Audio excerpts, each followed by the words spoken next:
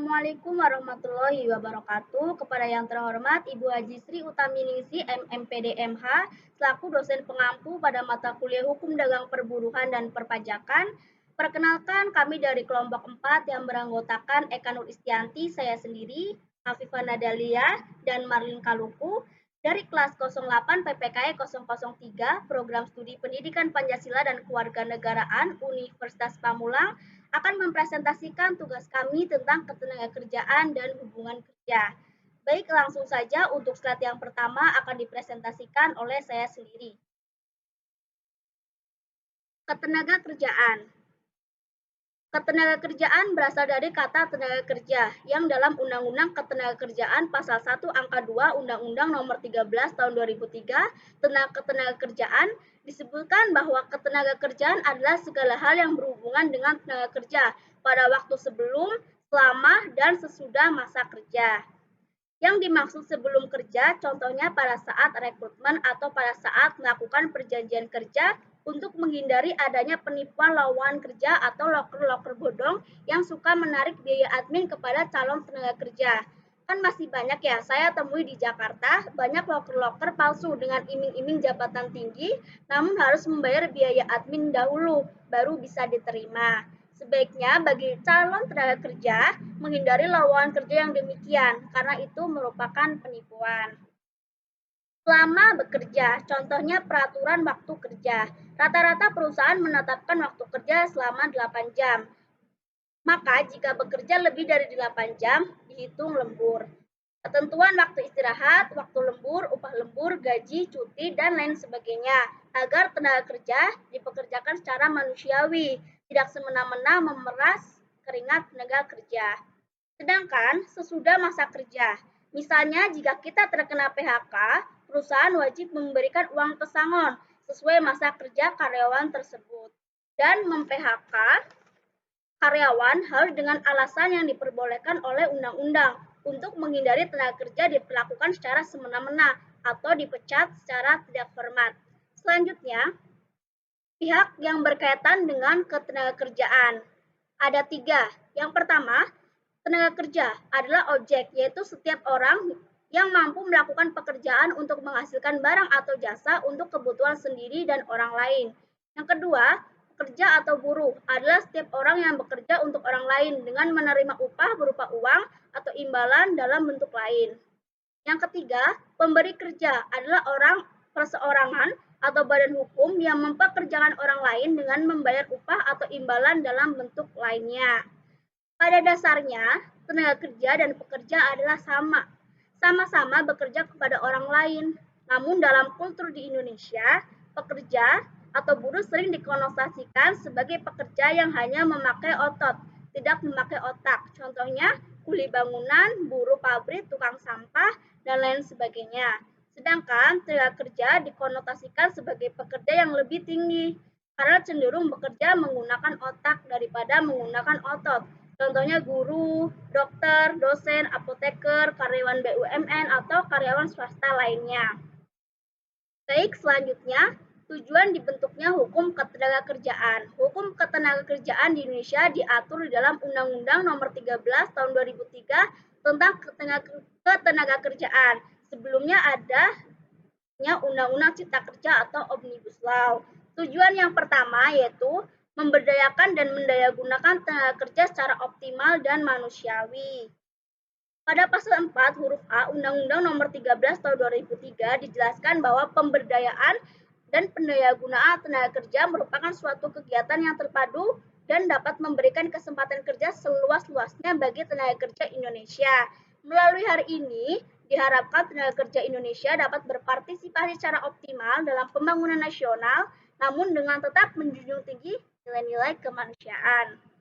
Yang kedua, mewujudkan pemerataan kesempatan kerja dan penyedia tenaga kerja yang sesuai dengan kebutuhan pembangunan nasional dan daerah. Dalam Undang-Undang Nomor 13 Tahun 2003, Pasal 4 huruf A dijelaskan bahwa pemerataan kesempatan kerja harus diupayakan di seluruh wilayah Negara Kesatuan Republik Indonesia sebagai satu kesatuan pasar kerja yang memberikan kesempatan yang sama dalam memperoleh pekerjaan bagi seluruh pekerja Indonesia sesuai dengan bakat, minat, dan kemampuannya.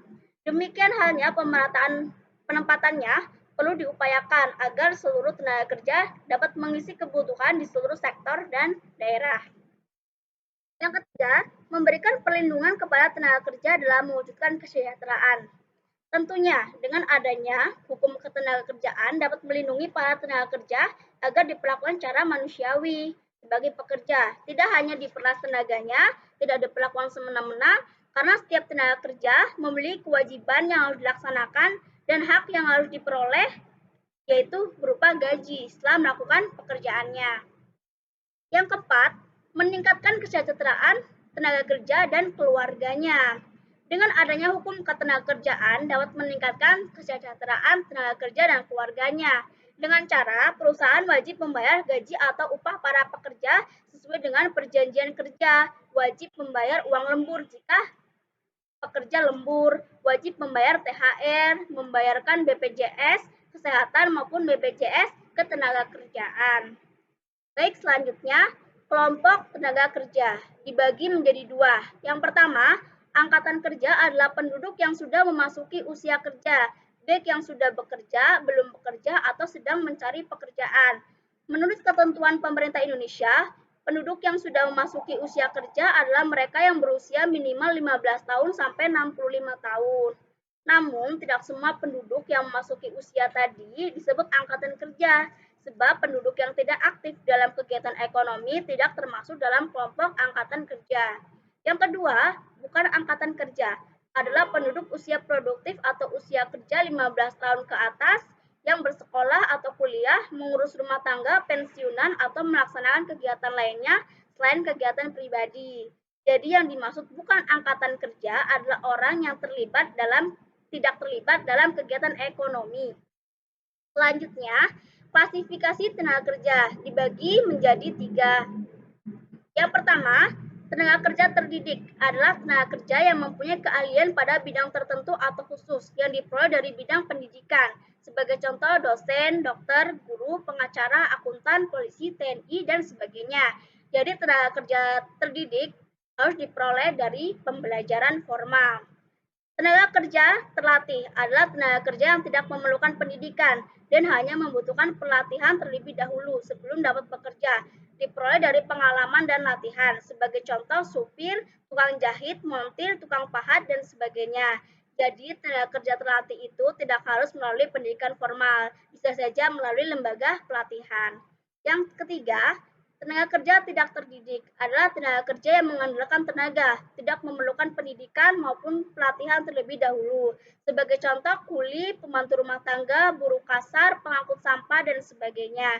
Jadi tenaga kerja tidak terdidik adalah tenaga kerja yang belajar secara otodidak atau secara mandiri.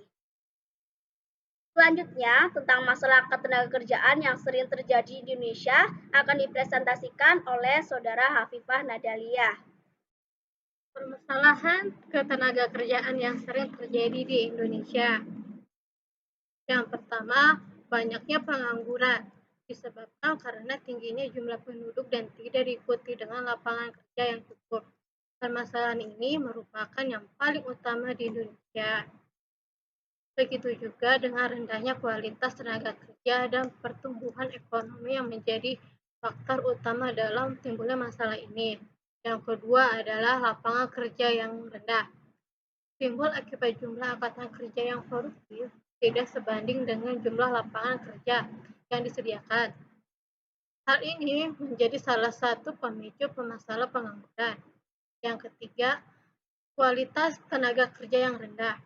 Tingkat pendidikan yang rendah baik formal maupun non-formal, kemampuan ekonomi masyarakat di Indonesia tergolong rendah, menyebabkan ketidakmampuan untuk meraih pendidikan dengan tinggi. Hubungan kerja yang berdasarkan Undang-Undang Nomor 13 Tahun 2003, yang maksud dengan hubungan kerja adalah hubungan atau hukum antara pengusaha dengan pekerja, buruh, atau karyawan berdasarkan perjanjian kerja. Sedangkan perjanjian kerja adalah perjanjian antara kerja, buruh, atau karyawan, pengusaha, atau pemberi kerja yang memuat syarat-syarat kerja, hak dan kewajiban para pihak. Fungsi yang pertama adalah perintah. Perintah adalah sebuah hubungan kerja, artinya ada pihak yang memberi dan satu wajib melakukan perintah untuk bekerja.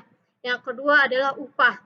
Upah adalah memegang peran penting dalam hubungan kerja atau perjanjian kerja. Bahkan dapat dikatakan bahwa tujuan utama seseorang bekerja pada suatu perusahaan dalam memperoleh upah. Yang ketiga adalah perintah. Perintah dalam sebuah hubungan kerja artinya ada pihak yang memberi dan ada yang wajib melakukan perintah untuk, yaitu pekerja. Syarat sah perjanjian kerja. Yang pertama adalah kesepakatan kedua belah pihak. Kesepakatan kedua belah pihak yang lazim dapat disepakati bagi yang mengikatkan dirinya. Yang dimaksud dalam pihak-pihak yang mengadakan kerja perjanjian yang harus disetujui atau sepakat mengenai hal-hal yang perjanjian. Yang kedua adalah kemampuan atau kecakapan melakukan perbuatan hukum. Kemampuan atau kecakapan kedua belah pihak yang membuat perjanjian dimaksud adalah pihak kerja maupun pengusaha cakap untuk membuat perjanjian. Yang ketiga, adanya pekerjaan yang diperjanjikan merupakan objek dari perjanjian kerja di antara kerja dengan pengusaha yang mengakibatkan hukumnya melahirkan hak dan kewajiban para pihak. Yang keempat adalah objek kerja yang diperjanjikan tidak boleh bertentangan dengan mengakibatkan umum, kesusilaan, dan ketentuan peraturan undang-undang yang berlaku. Macam-macam perjanjian. Yang pertama, perjanjian kerja waktu ketentuan atau disingkat PKWT adalah perjanjian kerja antara pekerja dengan memberi kerja untuk mengadakan hubungan kerja dalam waktu tertentu atau bisa disebut dengan karyawan kontrak. Dalam Undang-Undang Ketenagakerjaan, batas maksimal PKWT adalah 3 tahun. Yang kedua adalah perjanjian kerja waktu tidak tentu atau disingkat PKWTT. Adalah status bagi karyawan tetap yang perjanjian kerjanya tidak lagi dibatasi oleh periode tertentu. Dalam PKWTT, karyawan direkrut memberi kerja untuk melakukan jenis-jenis pekerjaan waktu tidak ditentukan dari sifat tetap atau terus-menerus. Perbedaan PKWT dan PKWTT adalah yang pertama PKWTT yang adalah memiliki batas waktu perjanjian dalam kontrak kerja. Yang kedua, tidak ada masa percobaan. Yang ketiga, jenis pekerjaan yang sering kali selesai atau sementara dilakukan paling lama 2-3 tahun. Yang keempat adalah karyawan tidak diberi pesangon jika diberhentikan saat kontrak habis atau direvisi di Undang-Undang Cipta Kerja. Perusahaan wajib membayar kompensasi jika melakukan PHK sebelum kontraknya habis. Yang kelima adalah harus ada perjanjian tertulis. Perbedaan PWKT yang pertama adalah jenis pekerjaan tidak memiliki batas waktu. Yang kedua adalah perusahaan tidak memiliki atau melakukan masa percobaan. Yang ketiga, tidak ada batas waktu perusahaan. Yang keempat, membayar uang pesangon jika karyawan. Yang kelima adalah diberhentikan perjanjian kerja, bisa tertulis atau lisan. Nah, slide selanjutnya akan dibacakan oleh Marlin. Baik, selanjutnya saya akan menjelaskan tentang penyebab berakhirnya perjanjian kerja. Yaitu ada 4 poin. Yang pertama, pekerja meninggal dunia. 2, berakhirnya jangka waktu. 3, ada putusan pengadilan atau putusan dari lembaga PPHI yang berkekuatan hukum tetap. 4, ada keadaan atau kejadian tertentu yang dicantumkan di dalam perjanjian kerja, peraturan perusahaan atau perjanjian kerja bersama yang dapat menyebabkan hubungan kerja berakhir. Pemutusan hubungan kerja atau PHK. Pemutusan hubungan kerja atau PHK adalah pengakhiran hubungan kerja karena suatu hal tertentu yang mengakibatkan berakhirnya hak dan kewajiban antara pekerja dan perusahaan atau majikan. Hal ini dapat terjadi karena pengunduran diri, pemberhentian oleh perusahaan atau habis kontrak. Alasan-alasan PHK yang diperbolehkan dalam undang-undang. Ini ada 6 poin. 1. Apabila pekerja atau buruh melakukan pengajuan pengunduran diri yang didasarkan atas kemauannya sendiri dalam bentuk tertulis dan tentu saja tanpa adanya pengaruh atau tekanan dari pihak lain, baik dari pengusaha maupun rekan kerjanya. 2. Apabila pekerja atau buruh telah mencapai usia pensiun yang seharusnya sesuai apa yang ditentukan sebelumnya dalam perjanjian kerja ataupun sesuai dengan apa yang diatur dalam undang-undang. 3. Apabila pekerja atau buruh wafat atau meninggal dunia. 4. Apabila perusahaan mengalami kemerosotan atau perekonomian kerugian yang berturut-turut. 5. Apabila pekerja atau buruh tidak melaksanakan tugas atau kewajiban seperti bekerja dalam waktu yang lama tanpa memberikan konfirmasi alasan kepada pihak perusahaan. 6. Apabila pekerja atau buruh melakukan kesalahan berat atau tertangkap tangan melakukan hal-hal yang dilarang oleh hukum maupun oleh kebiasaan yang di dalam masyarakat. Baik, selanjutnya saya akan membacakan prosedur pemutusan hubungan kerja. Ada di sini, ada 5 poin. Yang pertama, musyawarah. Apabila terjadi PHK, prosedur yang pertama harus dilakukan adalah melakukan musyawarah oleh pihak perusahaan dengan karyawan. Di sini musyawarah bertujuan guna mendapatkan mufakat yang dikenal dengan istilah bipartit. Dengan adanya musyawarah, kedua belah pihak akan melakukan pembicaraan untuk menemukan solusi terbaik untuk perusahaan maupun karyawan. Kedua, mediasi dengan disnaker. Jika permasalahan yang terjadi tidak dapat diselesaikan melalui musyawarah, maka diperlukan bantuan dari Dinas Ketenagakerjaan atau disebut dengan disnaker setempat, dengan tujuan untuk menemukan cara penyelesaian apakah melalui mediasi atau rekonsiliasi. Ketiga, mediasi hukum. Ketika pada tahap bantuan disnaker tidak mampu menyelesaikan masalah antara kedua belah pihak, maka selanjutnya upaya hukum dapat dilakukan hingga pengadilan. Jika pada hasil akhir PHK tetap dilakukan, maka diajukan dengan melakukan permohonan secara tertulis kepada lembaga. Keempat, perjanjian bersama. Jika ternyata dalam proses musyawarah di tingkat bipartit telah mencapai suatu kesepakatan, maka hal ini dapat ditulis dalam perjanjian bersama. Di dalam surat perjanjian tersebut harus ditandatangani oleh kedua belah pihak dan didaftarkan ke PHI setempat. Hal yang sama juga perlu dilakukan jika ada kesepakatan pada tingkat mediasi dan konsiliasi dengan bantuan disnaker. Kelima, memberikan uang pesangon. Apabila terjadi pemutusan hubungan kerja, maka perusahaan wajib memberikan uang pesangon atau uang penghargaan masa kerja kepada karyawan. Aturan dalam pemberian pesangon dan uang penghargaan ini sudah diatur dalam Undang-Undang Ketenagakerjaan Nomor 13 Tahun 2003 Pasal 2 dan Pasal 3. Baik, terima kasih. Selanjutnya saya kembalikan kepada moderator. Baik, kesimpulan dari materi kali ini yaitu para calon tenaga kerja di Indonesia sebaiknya mempelajari dan memahami terlebih dahulu hukum ketenagakerjaan agar paham tentang perlindungan ketenagakerjaan sehingga tidak mudah ditipu oleh perusahaan, mengerti kewajiban dan hak-haknya sebagai tenaga kerja, serta jika diperlakukan semena-mena oleh perusahaan, bisa segera melapor ke pihak yang berwajib. Dan bagi pemerintah, sebaiknya cepat dan tanggap jika menerima laporan dari tenaga kerja dan diselesaikan secara bijak dan adil sesuai dengan Undang-Undang Ketenagakerjaan.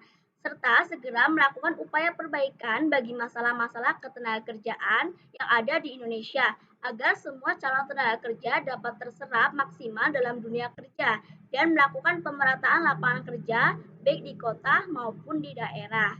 Baik, sekian presentasi dari kelompok 4 tentang ketenagakerjaan dan hubungan kerja. Mohon maaf jika ada kesalahan. Wassalamualaikum warahmatullahi wabarakatuh.